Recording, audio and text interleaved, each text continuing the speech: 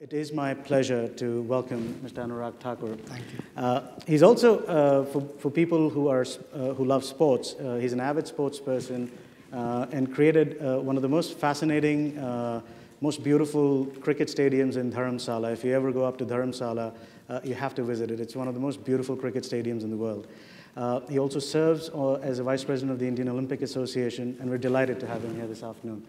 Anurag, so what we're going to do is maybe pick up the conversation from actually an op-ed piece you wrote in the Times of India about a month ago on new politics. And you talked a lot about the youth, but about empowerment, employment, and education. Can you tell us a little bit about that? Because we don't see a lot of people talking about that, particularly out of the younger parliamentarians. Good afternoon, everyone. Arjeev, India is young and restless. And our youth has dreams and aspirations. And as a policy maker, I believe it's our duty to help them achieve their goals. And to achieve their goals, I think we need to focus on new politics. And the agenda of new politics is that the new politics should be focused on development-oriented, transparent and accountable politics. And I propose the three key elements of new politics should be education, employment, and empowerment. An educated society is the most important, or you can say the key element for any nation in today's world. If you look at the UNESCO figures in the recent report, India has the most illiterate, aged people all over the world. It's about 287 million people, which comes about 32%. And if you look at and if we are looking at a stronger India, I think it's very, very important to have an educated society. And to achieve that goal, we need to work on 100% literacy rate. We have to make that an imperative. To achieve that goal, I think as a society, we need to work on that, not only by passing a Right to Education Act, but as a society, we need to work on that. Like I have about 100 kids who I take responsibility to take them to the schools or enroll them into the schools. As a youth wing, we tried to start a project called Aao School Chale Hum on Atalji's birthday, who started the Sarv Shiksha Abhiyan. We went to the slums and started a drive to educate people and create awareness to start taking their kids to the school. I think it's very important, along with the education, you provide them the vocational training, skill development centers. I personally feel not only education, along with that, as I said, employment and empowerment. If you look at the employment sector in India, only 3% people are employed under the organized government sector, right. 4% under the private organized sector, and 93% under the unorganized sector. So there's a huge scope to work in that area. And if you look at the overall figures, I think we are adding 1 million workforce every month, and right. It's a big task in front of India. If you look at the corporate sector, the employees of corporate sector in India has an average of 28 years, whether in China it's 37 years, America 38, Japan has 44 years. So we have a large young population of workforce available with us, but unfortunately unable to create that kind of employment opportunities in India. It's very important when you talk about the 21st century. I believe youth has to play a very, very important role in the nation building process. Being the largest stakeholder, we must involve and engage them in building a new India, a stronger India. So that is why I said the three key elements should be education, employment, and empowerment. In terms of, let's take each of these, because I think they are all equally important from an India perspective. When you talk about education, you come from Himachal Pradesh, which actually has a very good record on education. Are there some things that worked in Himachal from your perspective? What are some of the things you've done at the grassroots level that has been helpful to you? I think if you look at the overall structure in India, look at 4 states. Kerala and Himachal, who has a large spending. Kerala spends about $627 per student. Himachal spends about $584 per student. If you look at West Bengal, they spend about $127 per student, and Bihar $100. There should be a parity as far as the allocation of budget is, for education is concerned. So that is not there. Few states has a very good focus on education, few just go by the same kind of process which is going on for the last 6 decades. So I think to have a strong India, we need to have an educated India. That should be the base for it. And we must focus on making India a knowledge-based economy. Right. Which is the theme of this And conference. in a federal structure, not only the central government, but the state government has to play a very, very important role. Right to education has been passed, but how many state governments accepted it or effectively implemented it? Right. That has to be seen. Right. That is why I said transparent and accountable. Not only responsibility given to the politicians, but there should be accountability along with that. Sure. And you're right, because the recent ASER report from Pratham talks about sort of the quality challenges we have in the country on education, the high number of dropout rates. In terms of empowerment, I know you had recently launched Honor Our Women. I think an important element, and we talked about this earlier in the morning, was gender empowerment in this country, which is very important, particularly when it comes to young girls going to schools. What are some of the things you're doing across the empowerment side, particularly for women? When I entered parliament, I thought that we make laws and with one law we're going to change the country. But unfortunately, that doesn't happen. Any law is as good or bad as its implementation. And unfortunately, even despite passing that strong law for the safety and security of women, nothing has changed. 1,820 cases reported only in Delhi in the past 1 year.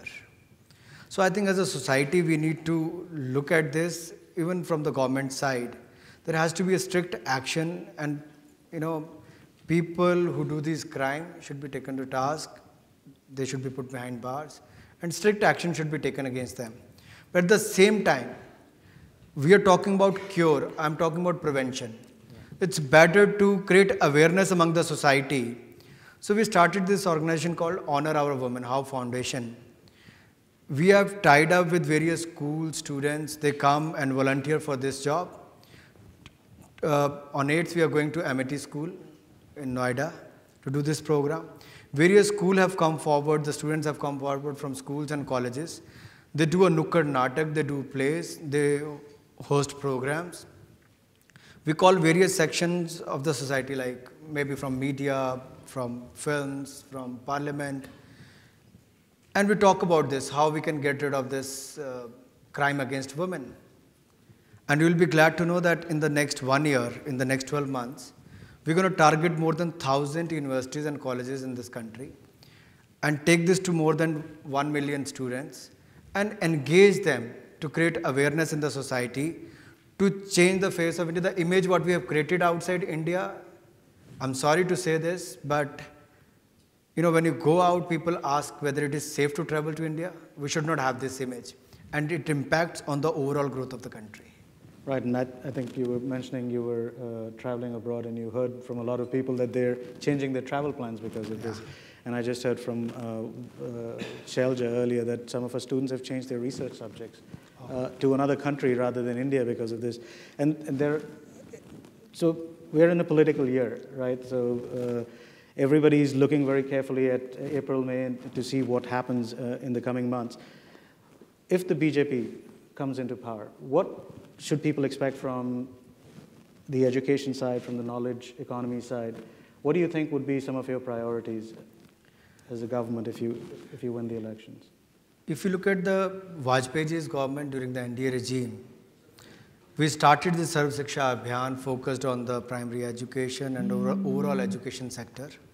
But we also invested in the areas of infrastructure and created more job opportunities in this country. If you look at the first 5 years of UPA, they created 2.7 million jobs.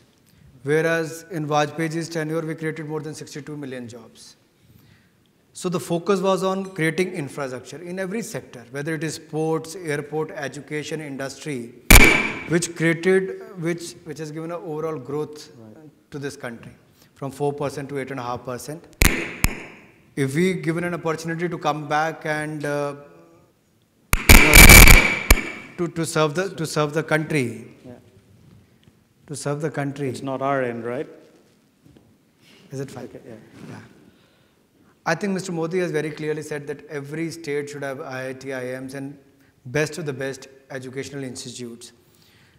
And I think he's also looking towards, as a party and as he's our Prime Minister candidate, he has set a clear goal that we need to have an educated society and to make India a knowledge-based economy. And I think for that, education has to play a very, very important role. He talks about creating more and more job opportunities. And how do you do that? Not only to based on the agrarian sector, but also to make India a manufacturing hub. And during our earlier regime, we have created many more jobs. But I personally feel today, if you have to do that, if you have to bring in more investments, you need to change the perception about India. Right. Anyone coming into India to invest should feel safe and secure. Law and order situation should be good.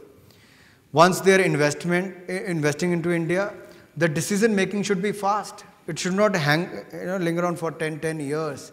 It should be fast. Other should be transparency in the system.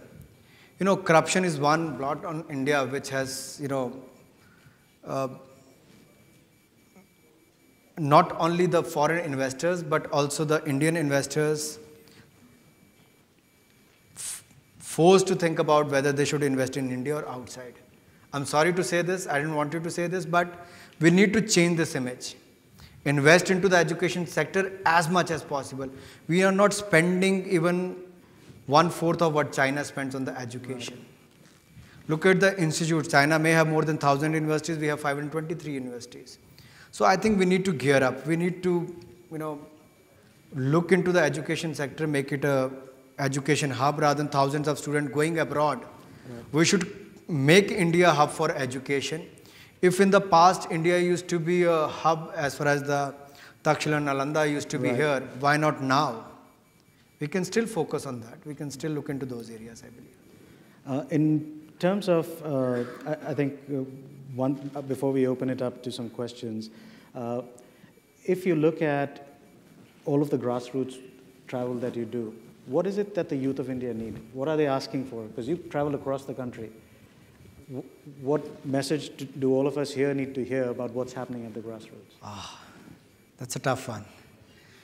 India is a huge country, as you know, in a federal structure. When we look at various parts of India, I think I come from Himachal, where education level is good, but employment opportunities are not there. So the youth look for a better employment opportunities. But if you go to Chhattisgarh, few areas of Chhattisgarh will have a good employment opportunities, but Naxalite area will have a different set of problems. Right. From northeast to western India, I think overall, if you look at, there will be a different set of problems, aspirations, dreams. But if I have to sum up, I think overall, the three key elements will be what we included in the new politics: education, employment, and empowerment. Best of the quality education, not only quality education, but affordable as well. Education. At the same time, employment opportunities. How do you do that? Impart good skill development centers there and provide. It should be industry linked. I think you should incentivize the industry to create more jobs, train people, and later on hire them, and incentivize that. Whatever they're going to spend on a child, that should be reimbursed by the government. Empower, why I say empower? I mean, because from Maharashtra to Manipur, from Kashmir to Kerala, it is very important to engage the youth in the nation building process. To make a strong foundation for a strong India, we must engage our youth, but we must educate our youth to make a strong and a better India, I must say.